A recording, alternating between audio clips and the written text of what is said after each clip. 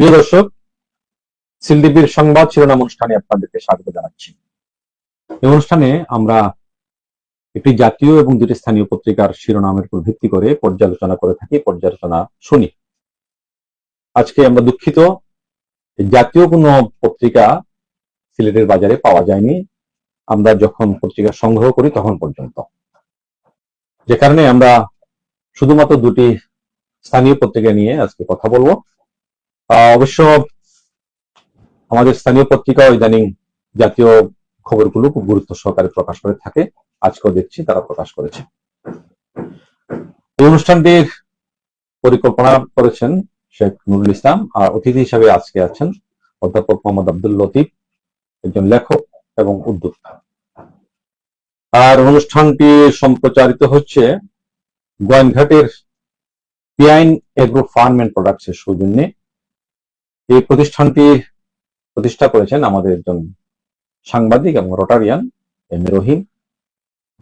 প্রতিষ্ঠানটির উদ্দেশ্য হচ্ছে কৃষির ব্যাপারে মানুষকে উদ্বুদ্ধ করা, বিশেষ করে নতুন প্রজন্মকে, যারা হয়তো অন্য ভাবনা বা অন্য চিন্তা করছে কিন্তু বেকার, তাদের বেকারত্ব দূর করার জন্য তিনি এই উদ্যোগটি নিয়েছেন। কৃষির প্রতি তারা আকৃষ্ট হওয়ার পাশাপাশি তাদের বেকারত্বেরও অবসান হচ্ছে। আমরা তাদেরকে আন্তরিক ধন্যবাদ জানাচ্ছি অনুষ্ঠানটি সম্প্রচারে সহযোগিতা করার জন্য।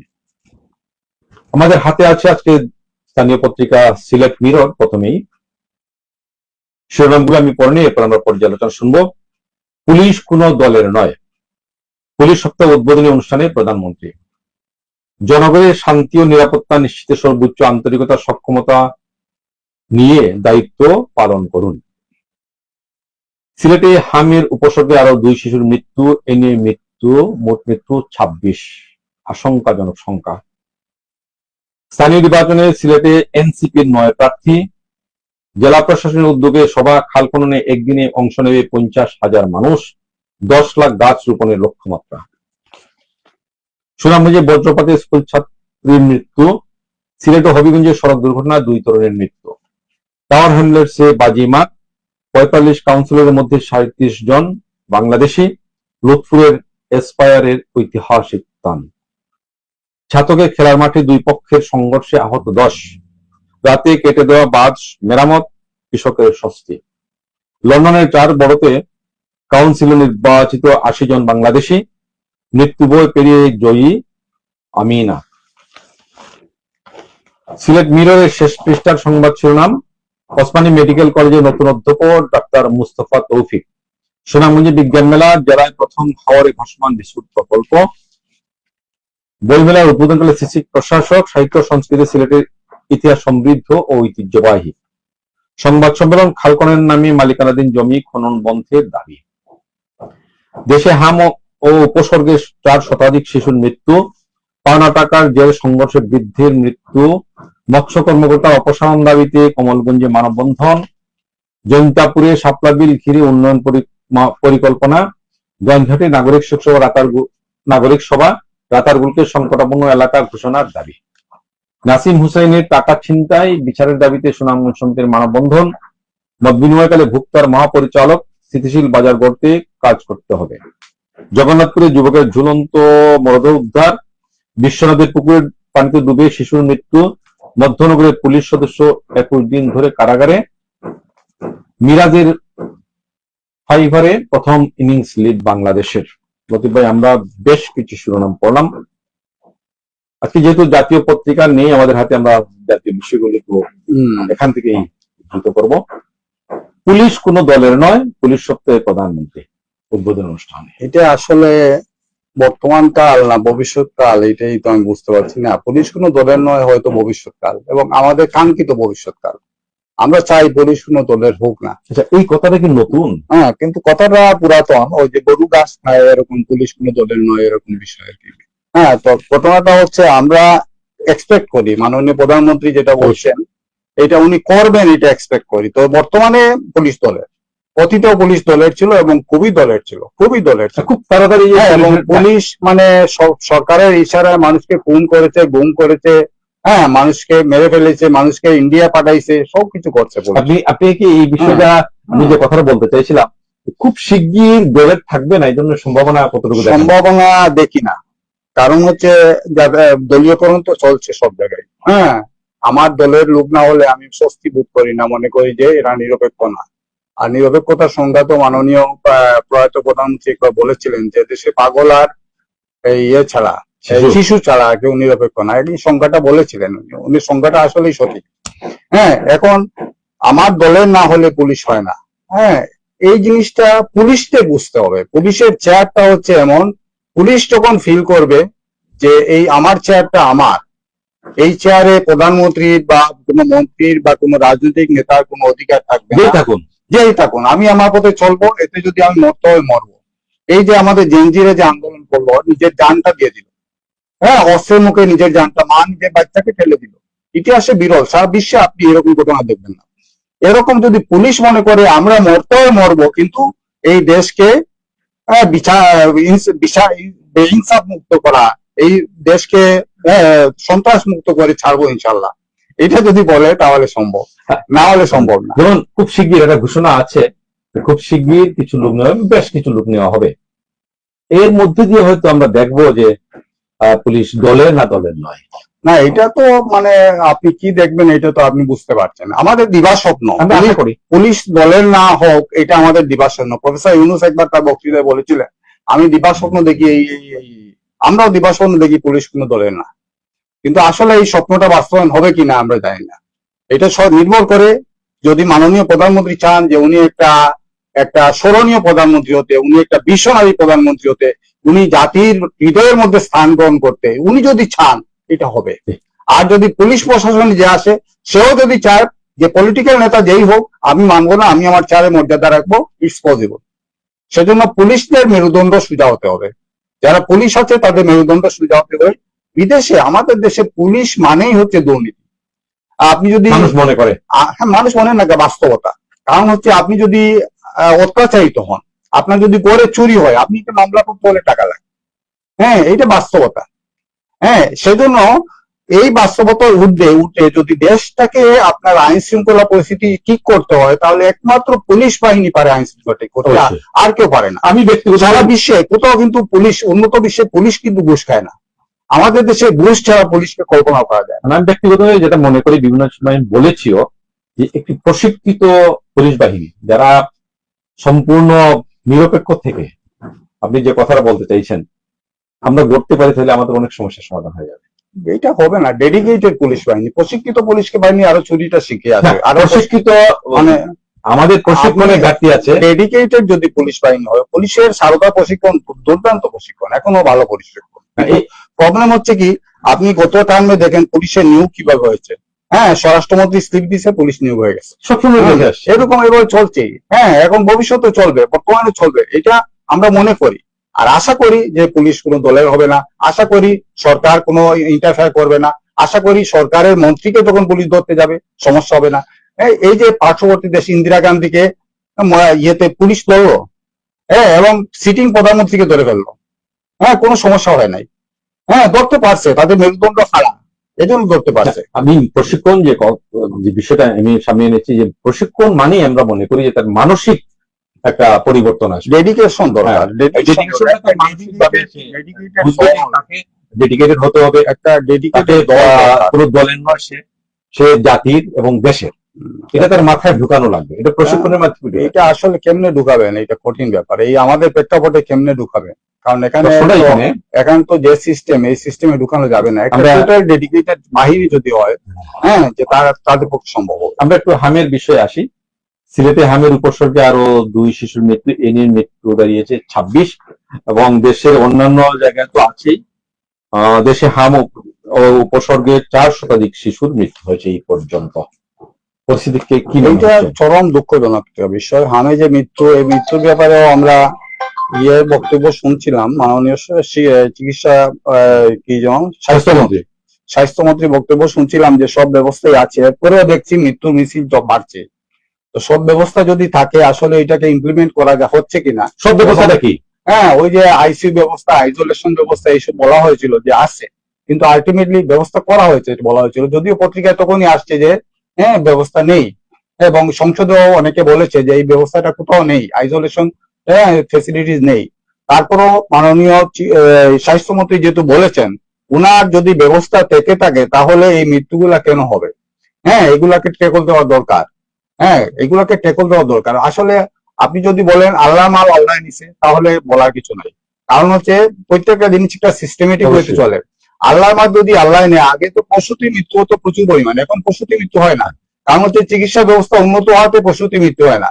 আল্লাহ তাআলার সিস্টেম আছে, নিশ্চয়ই এটা একটা ইয়ে করা, সফটওয়্যার ডিভাইস করা হয়তো বা, যে এইটা হলে এইটা হবে, এরকম ইফ দেন দেওয়া হয়তো বা, আমি জানি না। হ্যাঁ, এটা আল্লাহ কিভাবে আল্লাহ চালাচ্ছে, কিন্তু আল্লাহর মাল আল্লাহ নিচে বললে তো এটা হবে না। হ্যাঁ, কারণ এই বাচ্চাদের মৃত্যু হওয়ার কথা না, এটা অনাকাঙ্ক্ষিত মৃত্যু। হ্যাঁ, এটা আমরা চাই না। এবং হামের জন্য মৃত্যু হবে কেন? হাম একটা পুরাতন, মানে এটা অনেক পুরাতন রোগ, এবং এটার সুচিকিৎসা আছে। মাঝখানে তো ছিল না। টিকা দিলেই হাম হয় না, কিন্তু টিকা দেওয়াতে দুরূপ দিয়ে হয়েছে, স্ল্যাকনেস হয়েছে। যারা দায়িত্বে ছিলেন তারা দায়িত্ব পালন করেন নাই। এখন হ্যাঁ, এখন যেটা আসছে, এখন যারা আছেন তাদেরকে এখন তো চিকিৎসা শক্ত হাতে ধরতে হবে, এখন তো- চিকিৎসাটা শক্ত হাতে ধরতে এখন হবে। যে টিকাটা দেওয়া হবে সেটা তো এই চিকিৎসা হবে না, প্রিভেন্টিভ না, এটা হচ্ছে কিউরেটিভ। হ্যাঁ। কিউরেটিভ যদি হয় তাহলে এটা শক্ত হাতে ধরতে হবে, সেটাই হচ্ছে বিষয়। আমরা একটু বাইরে থেকে ঘুরে আসি। টাওয়ার হ্যামলেটসে বাজিমাত। এখন বলেন, আমরা আমাদের নেতৃত্ব দুর্বল, আর আমাদের দেশের নেতৃত্ব বাইরে সবল কেন? সফল কেন? হ্যাঁ, এই প্রশ্ন সামনে আসে। বাইরে এই বিষয়ে সবল কেন, এই প্রশ্নটা আসেই তো। হ্যাঁ, টাওয়ার হেলমেটে কেন সারা দুনিয়া বাংলাদেশিরা লিড দিচ্ছে, এবং এখানে শুধু অনেকদিন ধরে লিডারশিপে না, আপনার অন্য জায়গায় লিডারশিপ, যেমন মনে করেন আপনার ইনোভেশন, সায়েন্টিফিক ইনোভেশন, হ্যাঁ, টিচিং, সব জায়গায় লিড দিচ্ছে। এই এনভায়রনমেন্টটা এমন। হ্যাঁ, আজাদ ভাই, একটা বিষয় আমি আগে বলতাম যে তখন ছিল সরকারি ব্যাংক এবং বেসরকারি ব্যাংকে গেলে দেখা যেত ম্যানেজার দাঁড়িয়ে আছে গেইটে, আপনাকে ইনভাইট করছে, কাজ করে দিচ্ছে ম্যানেজার। কখনো আমাদের ন্যাশনাল ব্যাংক যখন চালু হয়, মানে ইয়েতে লালদিঘি পারে, মুহিত সাহেব ছিলেন ম্যানেজার। মুহিত সাহেব গেইট থেকে আপনাকে নিয়ে কাউন্টারে বসে টাকাটা হাতে তুলে দিয়ে, হ্যাঁ, পারলে এক কাপ চা খাইয়ে দিয়ে দিত। এইরকম সার্ভিস এই লোকগুলা কিন্তু সরকারি ব্যাংকে ছিল। সরকারি ব্যাংকে গেলে স্যার ডাকতে ডাকতে আমাদের দান বাইর হয়ে যেত, এখনো যায়। এখনো আপনি সরকারি ব্যাংকে যান, স্যার ডাকতে ডাকতে স্যারে ঘুম ভাঙবে না। হ্যাঁ, আবার যখন প্রাইভেট ব্যাংকে আসবেন ওনার সার্ভিস ভিন্ন হয়ে যায়।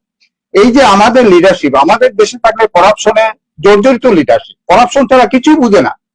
হ্যাঁ, আবার বাইরে গেলে করাপশন মুক্ত লিডারশিপ। আবার দেখেন, এই দেশের ছেলেরা বিদেশে লেখাপড়া করে ভালো রেজাল্ট করে যখন আবার টিচিং এর প্রফেশনে চলে আসে, হয়তো তার ছুটি নিয়ে যায়, কিন্তু ওখানে ভালো টিচিং দেখে আসছে, টিচিং শিখে আসছে, টিচিং এর আন্ডারে ছিল, এখানে এসে কিন্তু সে যেই লাও সেই কদু। আপনি নিশ্চয়ই বিষয়টা শুনেছেন, বহুল প্রচলিত, যে আমাদের প্রবাসী যারা, তারা যে দেশে থাকেন ওই দেশে সব শৃঙ্খলা মেনে চলেন, লাইনে দাঁড়িয়ে কাজ করেন। আর বাংলাদেশে অবতরণ করার পর এমনও বলা হয় যে বাংলাদেশের আকাশসীমায় ঢোকার পরই তাদের মানসিকতা পরিবর্তন হয়। তো আমার কেন জানি মনে হয় একটা জিনে ধরা নাকি এই দেশে জিন আছে নাকি, যে আসল হয়ে যায়। হ্যাঁ, না হলে এমন হবে কেন? আপনি বললেন আগে একটা মানুষ তার হ্যাবিট চেঞ্জ করলো, হ্যাবিট চেঞ্জ করার তো তার বিশাল সম্পদ, সে তার সম্পদটাকে মেনটেন করবে না। এখানে এসেই দেখা যায় ভাঙলে মারলে, এই রে সেই রে বলে ইচ্ছা মতো চলাফেরা লাইন। হ্যাঁ, কিসের লাইন, কিসের এই, হ্যাঁ, মানে এটা কোনো দেশই না। যেমন আপনি বললেন একটু আগে ব্যাংকারদের কথা, যখন সরকারি ব্যাংকে ছিলেন বা থাকতেন তাকে স্যার বলতে হতো, পরে তিনি প্রাইভেটে আসেন তখন তিনি স্যার বলেন। তার বলার সুযোগ দেন না উনি। এইটা হচ্ছে এনভায়রনমেন্টের জন্য। এই যে এনভায়রনমেন্টটাই হচ্ছে মূল জিনিস। এই জন্য আমাদের ম্যাক্রো এনভায়রনমেন্ট, আমরা যদি টোটাল পলিটিক্সটা ঠিক হয়ে যায়, আপনার মনে আছে শাহাবুদ্দিন সাহেবের সময়, হ্যাঁ, আমি বলি যে this is the golden time of Bangladesh. এই সময়ে থানায় নিয়ে ঘুষ দেওয়া যায় নাই। হ্যাঁ, ঘুষ নিয়ে থানায় গেলে পুলিশ অফিসার দৌড়াইছে পিছন দিকে, হ্যাঁ, যে ঘুষ থেকে। এখন এই শাহাবুদ্দিন সাহেবের তো কোনো অশরীরী ক্ষমতা ছিল না যে উনি এসে থানায় দেখছে যে কে ঘুষ খেলো না। কিন্তু একটা লোক যদি ঠিক থাকে, একজন মৌলানা বলছিল, হ্যাঁ, মাছের পচন হয় মাথায় আর জাতির পচন হয় নেতায়। একটা লোক যদি ঠিক থাকে, নেতৃত্ব যদি ঠিক থাকে, তাহলে দেশ অটোমেটিক হয়ে যায়। হ্যাঁ, এটা তো কোনো ইয়ে নাই। জেলা প্রশাসনের উদ্যোগে সভা, খাল খননে একদিনে অংশ নেবে 50,000 মানুষ, 10 লাখ গাছ রোপণের লক্ষ্যমাত্রা। খাল খননে অংশ নেবে, খাল খননের ইকোনমিক ভায়াবিলিটিটা দয়া করে একটু স্টাডি করেন। আমি জানি না এখন খাল খনন এখন ইকোনমিক্যালি ভায়াবল কিনা।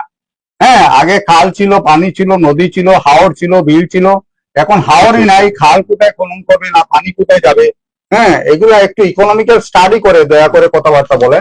এই সময় জেলা প্রশাসনে যারা আছেন আপনারাও লেখাপড়া করে আসছেন, আপনারা স্টাডি করে দেখেন যদি খাল খনন ইকোনমিক্যালি ভায়াবল হয় তাহলে এটাতে 50,000 না 50 লক্ষ মানুষ লাগান, আমি নিজেও গিয়ে লাগবো, কোনো সমস্যা নেই।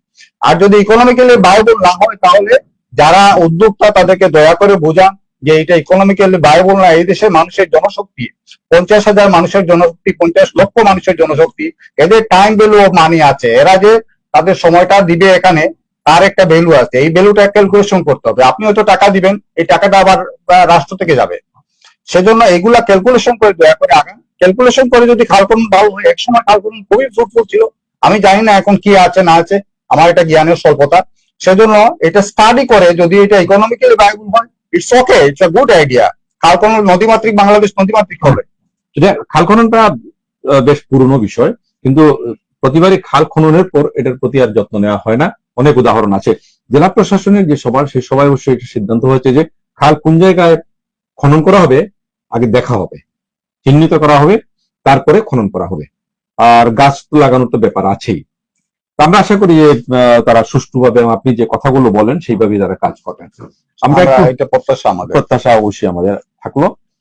আর সিলেট মিররে সাপ্লাবিলের উন্নয়ন বই মেলা সম্পর্কে আপনি নিজে বইয়ের সাথে সংশ্লিষ্ট, বই ব্যবসা করেন, এই মেলাটা শুরু হয়েছে শেষ পর্যন্ত। হ্যাঁ, মেলাটা প্রথম দিন প্রকৃতি একটু বৈরী ছিল, মেলাটা শুরু হয়েছে, মেলাটা হওয়ার কথা ছিল আগে, কিন্তু আসলে মব কালচারের জন্য হয় নাই আর কি, মব কালচারের জন্য হয় নাই। এরপরেও যে সরকার প্রশাসন, বিশেষ করে প্রশাসন এটাকে, বা আমরা যারা বই মেলার পক্ষে ছিলাম, বই মেলা আয়োজক যারা, তাদেরকে ডেকে নিয়ে ওটাকে আবার উদ্বুদ্ধ করেছেন এবং মেলাটা হয়েছে। এটা very positive sign, very positive sign. ওনারা স্টাডি করে যে যারা যে প্রশাসন একবার বন্ধ করেছিল সেই প্রশাসনই আবার ডেকে বই মেলা আয়োজন করেছেন। বই মেলাটা হওয়া দরকার, কারণ হচ্ছে আমাদের জাতিটা দেখেন একদম বই থেকে দূরে। যারা পড়ার কথা, আমি প্রায় বলে থাকি, দুঃখ নিয়ে বলে থাকি। গতকালকে একজন বিশ্ববিদ্যালয়ের শিক্ষকের সাথে কথা বলেছি যে জাতির যে দুইটা এলিমেন্ট পড়ার দরকার, সবসময় পড়ার থাকার কথা, শিক্ষক এবং চিকিৎসক, এই দুইটা এলিমেন্টের মধ্যে পড়ার কোনো প্রচলন দেখি না। শিক্ষকদের এখন শিক্ষককে, চিকিৎসকদের শিক্ষক আমি দেখি ফার্মাসিউটিক্যাল থেকে যারা আসে তারা যেটা বোট করে বলে এটাই চিকিৎসক লিখে পত্রিকায় প্রেসক্রিপশনে। আর শিক্ষকরা কেউ কেউ আছে ওই 1960 সালে একটা বই পড়েছিল, এইটা পড়াই যাচ্ছে। আমি যেটা বলি সেটা হচ্ছে এই যে এক্সপিরিয়েন্স, এই এক্সপিরিয়েন্সের কোনো ভ্যালু নাই। একজন শিক্ষক যদি বানরের বাসে চড়া এবং তেল মাখা নিয়ে 20 বছর পড়ায়, তাহলে তার অভিজ্ঞতা 20 বছর না। কোয়ালিটি টিচিংটা হচ্ছে মূল জিনিস, যুগের সাথে তাল মিলিয়ে কোয়ালিটি টিচিং। দেখেন সমস্যাটা এই জায়গায়, সমস্যাটা হচ্ছে আপনি যদি চাকরি পেতে হলে তাকে পড়তে হবে, গ্রামার পড়তে হবে, ব্যাকরণ পড়তে হবে, আপনার সাধারণ জ্ঞান পড়তে হবে, এই যে ব্যাপারগুলো, পাটিগণিত পড়তে হবে, এই যে 5 টাকানো অঙ্ক এখনো আছে, এখনো পরীক্ষায় আসে, এই যে জিনিসগুলো, এগুলো চেঞ্জ না হলে চাকরি কিভাবে হবে, এটা যদি আমরা ঠিক না করি তাহলে হবে না। এখন আমাদের বড় অপচয়, আজাদ ভাই বড় অপচয় দেখেন, ফিজিক্স পড়ে এসে পুলিশে চাকরি করছে। এই যে পড়ার পিছনে তার বাবার টাকা খরচ হলো, জাতির টাকা খরচ হলো, আমরা জাতির যে অপচয় করলাম, অপেক্ষা করলাম, এই শিক্ষাটা আমাদের কি কাজে লাগবে? এটা ভাবেন, দয়া করে এটা ভাবেন, আপনার নেতৃবৃন্দ যারা আছেন দয়া করে এটা ভাবেন। এটা একটা সমাধান, একবারে ইজি সমাধান।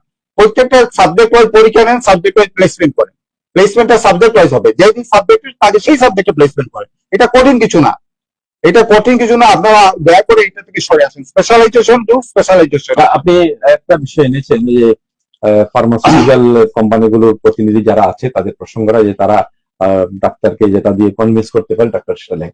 আপনি আরেকটা বিষয় লক্ষ্য করেছেন কিনা, একজন রোগী যখন ডাক্তারের চেম্বারে যায়, প্রেসক্রিপশন নিয়ে বের হয়, তখন ওই রিপ্রেজেন্টেটিভরা এই প্রেসক্রিপশন নিয়ে কারাকারি করে,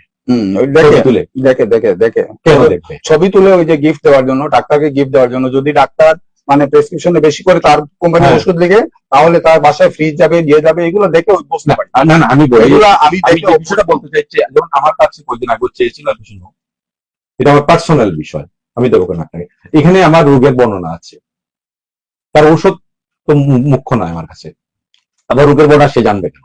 আমার কি রোগ হয়েছে, আমার একজন রোগীর কি সমস্যাটা সে জানবে কেন? না, এটা তো সমাধান, একটা ইজি সমাধান আছে আজাদ ভাই, এটাতে আমরা যাচ্ছি না। হচ্ছে আমাদের যে এই যে তেলামি হুম। প্র্যাকটিস, এই প্র্যাকটিসের জন্য ইজি সমাধান হচ্ছে ডাক্তাররা প্রেসক্রিপশন করবে জেনেরিক নেমে, হ্যাঁ, কোনো ব্র্যান্ড নেমে প্রেসক্রিপশন করবে না। বারবার আপনারা যদি বারবার পলিসি মেকার আমাদের কথা শুনে থাকেন, দয়া করে এগুলাকে ইমপ্লিমেন্ট করেন। হ্যাঁ, ডাক্তারদের নির্দেশ দেন ব্র্যান্ড নেমে প্রেসক্রিপশন করবে, রুগী যে কোম্পানির ওষুধ কেনার দরকার সে গিয়ে কিনবে। হ্যাঁ, এবং রুগীরা আজকাল ভেরি স্মার্ট, আজকাল মানে সোশ্যাল মিডিয়ার যুগ, রুগীদের সমস্যা নেই। রুগীরা যে কোম্পানির দরকার তারা জানে স্কোয়ারের রেপুটেশন কি, অন্য কোম্পানির রেপুটেশন কি, তারা সেই কোম্পানির ওষুধ কিনবে গিয়ে। রুগীকে ছেড়ে দেন তার উপর। এই যে উৎপাদন বন্ধ করা দরকার। এই উৎপাদটা বন্ধ হবে, তখন এই ডাক্তাররা পড়াশোনা করবে, সবকিছু ঠিক হয়ে যাবে। যদি একটা সিদ্ধান্ত নেন দয়া করে কঠিন হাতে, কঠিন হাতটা হচ্ছে দরকার, ভালো কঠিন হাত। স্বৈরাচারের হাত যদি কঠিন ভালো হয়, benevolent autocracy is the best policy in the world. আমরা এটা দয়া করে মনে রাখেন। সময় দিয়ে খেয়াল দিই। জি। যুববেরি আছে আমাদের হাতে, ওই অনেকগুলো শিরোনামই আগের পত্রিকা আমরা উল্লেখ করেছি। আমরা একটা বেশ আকর্ষণীয় বলতে পারি শিরোনামটা, প্রতিমন্ত্রীর সফরের দিনও ট্রেনের শিডিউল রিপোর্ট। সড়ক পরিবহন রেলপথ মন্ত্রণালয় সড়ক পরিবহন মহাসড়ক প্রতিমন্ত্রী হাবিব রশিদ এসেছিলেন। ওই দিন প্রতিমন্ত্রী সড়কের সফরের দিনও ট্রেনের শিডিউল, এটা আমি মনে করি অ্যাপ্রিসিয়েট করি, কারণ প্রতিমন্ত্রীকে ফিল করা দরকার যে কত দানে কত চাল হয়, মানুষ কি বুক করে, মানুষ কি কিভাবে আছে এর বোঝা দরকার। জি। এই প্রতিমন্ত্রীর জন্য ট্রেন শিডিউল ঠিকঠাক হলো, গাড়ি সব ঠিকঠাক হলো, রাস্তায় পুলিশ একদিনের জন্য। ট্রাফিক জ্যাম সরাই দিল, হ্যাঁ প্রতিমন্ত্রী চললো। হ্যাঁ, কিন্তু জনগণ যদি ট্রাফিক জ্যামে 1 ঘন্টা 2 ঘন্টা আটকা থাকে, তার যে ওয়ার্কিং আওয়ার নষ্ট হলো, সে তার মার ওষুধ নিয়ে যাচ্ছে, ওষুধ দিয়ে যেতে পারলো না, তার মাটা ওষুধের ভয় মারা গেল। এই জিনিসটা আমাদের ক্যালকুলেশনে আনা জি। দরকার। জি জি হ্যাঁ, ট্রাফিক ম্যানেজমেন্টটা সঠিক করা দরকার। এখানে দেখেন আজাদ ভাই একটা নিউজ আমার চোখে পড়লো, এই যে হাম নিয়ে যে কথাগুলা, দেখেন শামসুদ্দিনের জায়গা নেই, আরো 2 শিশুর মৃত্যু, 1 শয্যায় রাখতে হচ্ছে একাধিক শিশু, তাহলে কোথায় সেই আইসোলেশনের ব্যবস্থা, কোথায় সেই ব্যবস্থা হবে? আমি এই বিষয়টা আনি নাই, যেহেতু একটু আগে আপনি না, বিস্তারিত আলোচনা করেছেন। এখানে যেহেতু এই সমস্যাটা হাইলাইট করা হয়েছে, তাহলে ব্যবস্থাটা কোথায়? দয়া করে স্বাস্থ্যমন্ত্রী মহোদয়, উনি ডাক্তার, নিজেও ডাক্তার, উনি দয়া করে এগুলো খেয়াল রাখেন। আমরা দুর্ঘটনার জন্য আমাদের ছাড়ছে না, কিছু ছাড়ছে না। সিলেট ও হবিগঞ্জের সড়কে চলো 2 তরুণের প্রাণ, তরুণরা মারা যাচ্ছে বেশি সময়। কোথায় যাবেন আপনি? আমাদের তো সব জায়গায় সমস্যা। এখন সমস্যা হচ্ছে দুর্ঘটনায় যে ব্যাপারটা ঘটে, দুর্ঘটনা গাড়ির যান্ত্রিক ত্রুটিতে ঘটে, দুর্ঘটনা ড্রাইভারের সমস্যার জন্য ঘটে, দুর্ঘটনা উপযুক্ত মেটেরিয়ালস নিয়ে রাস্তা না নিয়ে বের হয়, ওই যে মোটরসাইকেলে তরুণদের মৃত্যু হয়, প্রায় মৃত্যু হচ্ছে, এবং সবগুলা মূল দেখবেন মোটরসাইকেলে হেলমেট নাই। হ্যাঁ আজাদ ভাই, এই যে 5 তারিখ থেকে 8 তারিখ পর্যন্ত 3 দিন জেনজিরা পুলিশ প্রশাসন ট্রাফিক ম্যানেজমেন্ট করলো, কাউকে হেলমেট ছাড়া গাড়ি চালাতে দেয় না। এইটা যদি জেনজিরা পারে, আমরা কেন পারবো না? পুলিশ প্রশাসন কেন পারবে না? যারা মোটরসাইকেল যারা চালায় তাদের বেপরোয়া গতিটা, এর মধ্যে অনেকে কিন্তু অপ্রাপ্ত বয়স্ক। আর তাও আমি পুলিশ দেবো না, আমি তাকে হেলমেট ছাড়া দিব না। এখানে পেট্রোল পাম্পে লিখা হলো হেলমেট ছাড়া তেল দেওয়া হবে না, দেওয়া হচ্ছে। হ্যাঁ, হেলমেট ছাড়া গাড়ি চালাতে পারবে না, পুলিশের সামনে দিয়ে পুলিশই চালাচ্ছে হেলমেট ছাড়া গাড়ি। দুঃখজনক ব্যাপার এটি। আপনি খেয়াল করে দেখবেন পুলিশরাই হেলমেট ছাড়া মোটরসাইকেল চালায়। আছে, অনেক আছে। দাতারগুলকে বাস্তু সংকটাপন্ন এলাকা ঘোষণার দাবি, সাপড়াবিলে হচ্ছে ওয়াকওয়ে কটেজ। আমাদের আরিফুল হক চৌধুরী যেখানে যাচ্ছেন ওয়াকওয়ে চলে যাচ্ছে সেখানে। এখন ঠিক আছে, এটা ভালো জিনিস, আমরা হাঁটাহাঁটি করতে পারি, কিন্তু বিষয়টা হচ্ছে আমাদের তো অন্ন বস্ত্র বাসস্থানের সমস্যা। এই এখন মেজর সমস্যা, বেসিক সমস্যাটা কি এখন?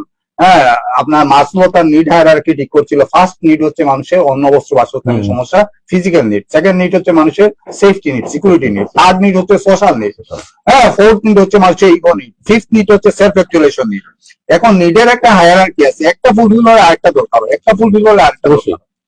এখন এই জিনিসটা যদি আমরা না মেনে, আগে যদি কবিতা ছিল, জুটে যদি মোটে 2টি পয়সা অন্য খাদ্য কিনিও ক্ষুধার লাগি, জুটে যদি মোটে 1টি পয়সা খাদ্য কিনিও ক্ষুধার লাগি, 2টি যদি জুটে ফুল কিনিও অনুরাগ। এখন আগে খাদ্য হবে না ফুল হবে, আগে খাবার হবে না ওয়াক হবে, এই সিদ্ধান্তটা হওয়া দরকার। আমরা এদিকে আমাদের মন্ত্রী মহোদয়রা, আমাদের সরকারের যারা বড় বড় কর্তা আছেন তারা নজর দেবেন, এই প্রত্যাশা অনুষ্ঠান শেষ করতে হচ্ছে। প্রিয় দর্শক, এতক্ষণ আমাদের সঙ্গে থাকার জন্য আপনাদেরকে ধন্যবাদ জানাচ্ছি আজকের অতিথিকে, অধ্যাপক মোহাম্মদ আব্দুল লতিফকে। একই সঙ্গে আমরা ধন্যবাদ জানাচ্ছি পিআইন এগ্রো ফার্ম এন্ড প্রোডাক্টসকে, যারা আমাদের এই অনুষ্ঠান সম্প্রচারে সহযোগিতা করলেন। আগামী দিন আবার দেখা হবে এই প্রত্যাশায় এখানে বিদায় নিচ্ছি। সবাই ভালো থাকুন, সুস্থ থাকুন।